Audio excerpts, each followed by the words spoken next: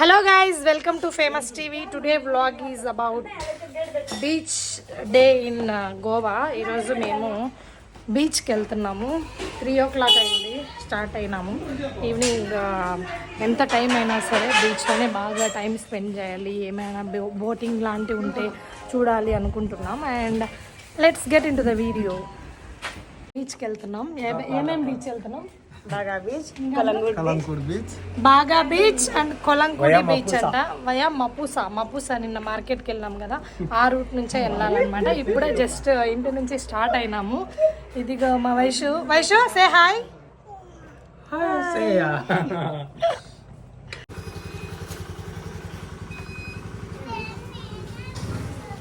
ఈరోజు బైక్స్తో అయితే ఏం ప్రాబ్లం లేదు, ఎందుకంటే హేమ వాళ్ళ ఆయన ఒక బైక్ డ్రైవ్ చేస్తాడు అండ్ మా ఆయన ఒక బైక్ డ్రైవ్ చేస్తాడు కాబట్టి ఆటోల కోసం బస్సుల కోసం హడావిడిగా వెళ్ళాల్సిన పని లేదు ఈరోజు.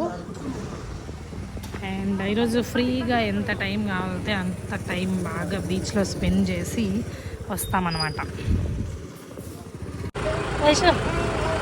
ఎక్కడికి వెళ్తున్నాం? బీచ్కి వెళ్తున్నామా? బీచ్కి వెళ్తున్నామా?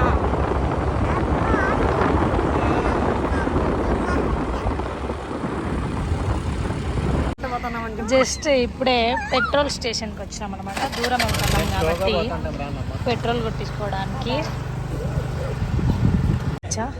బాగా బీచ్కి వచ్చేసినాము. వైషు ఎక్కడికి వచ్చినాం? గోవా బీచ్కి వచ్చినాము. పార్కింగ్ చేయడానికి వెళ్ళారు వాళ్ళు. చాలా అంటే చాలా రష్గా ఉంది బయట. నేను లోపల ఎట్లుందో చూడలేదు. బీచ్లోకి ఇట్లా అడ్డదారు ఉందన్నమాట, అక్కడి నుంచి వెళ్తున్నాము. వ్యూ అంతా చాలా బాగుంది. అందరు చాలా మంది ఉన్నారు. క్రౌడ్ కూడా చాలా మంది ఉన్నారు.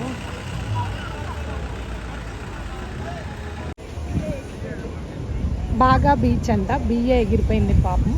జిఏ బీచ్ మాత్రమే మిగిలిపోయింది. హిల్ ఏరియా మొత్తము చుట్టూ సినిమాలో చూపిస్తుందా అట్లా బీచ్లో సిట్టింగ్ చేయడానికి అంతా ఉందన్నమాట. దూరం ఉన్నాము, పిల్లలు ఉన్నారు కదా కొంచెము.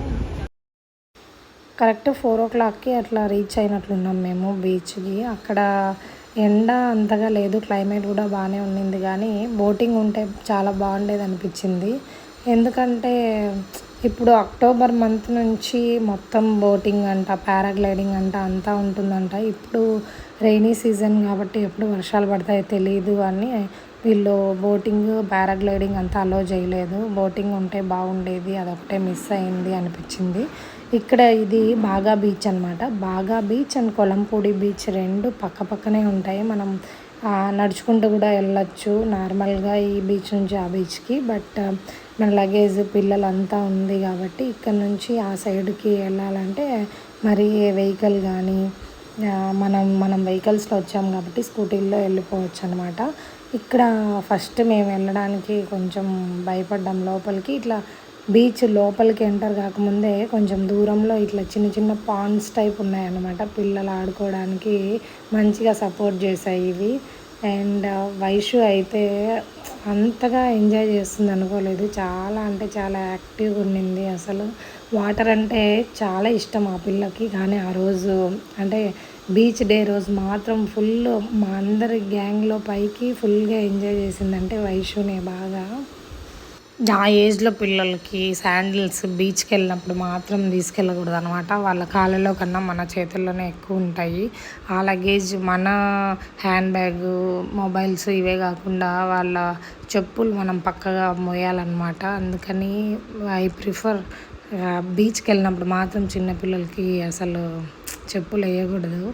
అండ్ ఎక్స్ట్రా పెయిర్ డ్రెస్ కూడా తీసుకెళ్ళలేదు. నేను ఇంత లోపల వరకు వెళ్తాము బీచ్లో వాటర్లో పిల్లల్ని తడుపుతాం అనుకోలేదు.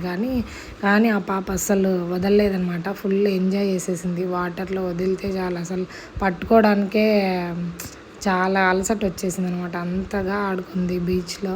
ఇంక అందుకోసమని షాపింగ్కి వెళ్ళి అగైన్ కలంపూడి బీచ్కి వెళ్ళినప్పుడు అక్కడ షాపింగ్కి వెళ్ళి పాపకి 2 పెయిర్స్ ఆఫ్ డ్రెస్సెస్ తీసుకున్నాను. అవి రీజనబుల్ కాస్ట్లోనే అనిపించి ఒక 2 పెయిర్స్ తీసుకున్నాను అనమాట.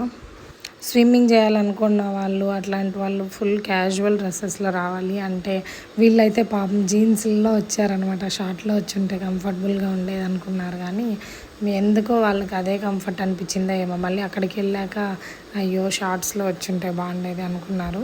ఎవరైనా కానీ స్విమ్మింగ్ అలా చేయాలనుకున్న వాళ్ళు ఫుల్ క్యాజువల్ డ్రెస్లో రావాలి and extra pair of dress తీసుకొని రావాలన్నమాట. లేకపోతే చాలా కష్టమైపోతుంది అక్కడ. ఇక్కడ సిస్టమ్ కూడా చాలా బాగుంది. ఒక 500 మీటర్స్కి ఒకరు ఉంటారనమాట. అంటే పోలీస్ సెక్యూరిటీ లాగా లోపలికి కొంచెం వెళ్ళినట్లు అనిపించిన వాళ్ళు విజిల్స్ వేయడము, అక్కడ పోలీస్ జీప్ ఎనీ టైం తిరుగుతూనే ఉంటుందన్నమాట అలర్ట్ చేయడానికి అందరినీ. అండ్ ఒక రెస్క్యూ బోట్ కూడా తీసి పెట్టుకొని ఉంటారు అక్కడనే. ఏమైనా జరిగితే వాళ్ళని రెస్క్యూ చేయడానికి అట్లంతా. అండ్ టూరిస్టులు కూడా ఎక్కువ వస్తున్నారని చెప్పేసి ఇప్పుడు ఓకే, మీడియంగా ఉన్నారు. ఆల్మోస్ట్ అది కూడా మాకు ఎక్కువ క్రౌడే అనిపించింది. కానీ వీళ్ళు చెప్పిన ప్రకారం అయితే లాస్ట్ టైం వెళ్ళినప్పుడు ఫుల్ రెయిన్స్ అప్పుడు వెళ్ళారంట. అప్పుడు అంత క్రౌడ్ లేదు, ఇప్పుడు చాలా ఉన్నారని. ప్లస్ అక్టోబర్ నుంచి ఫారినర్స్ కూడా వస్తారంట చాలామంది. అండ్ గోవా ఎయిర్పోర్ట్లో దానికంటూ సపరేట్ ఏమంటారు అరేంజ్మెంట్స్ కూడా జరుగుతున్నాయంట. లైక్ వెకేషన్కి వచ్చే వాళ్ళ కోసం ఎక్కువ ఫ్లైట్స్ అట్లంతా అరేంజ్ చేయడం అట్లంతా జరుగుతుందంట అక్టోబర్లో. ఇక్కడ full like candle light dinners అంట, పబ్ మ్యూజిక్స్ అవి ఇవి ఫుల్ అంతా చాలా అరేంజ్మెంట్స్ అన్నీ ఉంటాయి. అప్పుడు వచ్చుంటే బాగుండేది అన్నారు కానీ అప్పుడు మాకు కుదరకపోవచ్చు కదా అని మేమైతే ఇప్పుడే వచ్చేసినాం అనమాట.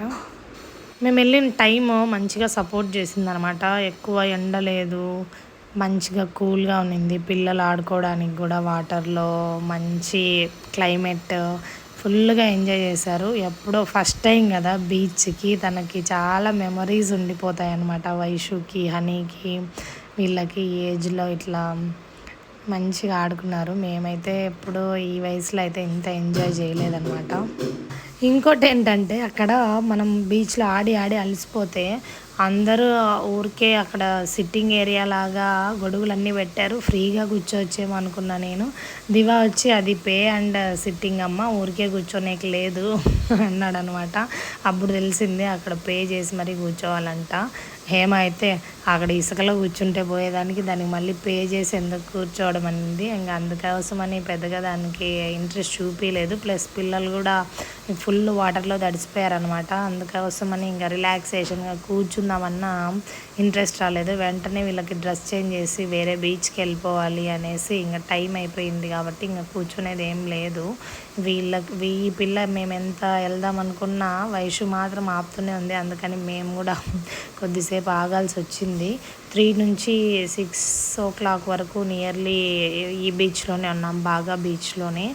బాగా బీచ్ ఇట్లా స్విమ్మింగ్ కానీ లోపల వరకు వెళ్ళడానికి ఆడుకోవడానికి అంతా ఫెసిలిటీస్ బాగుంటాయని ఇక్కడ అందరు ప్రిఫర్ చేస్తారు. ఇంకా బాగా బీచ్ నుంచి అయితే బయటకు వచ్చేసినాం అనమాట. That's for today's vlog. Thank you so much for watching.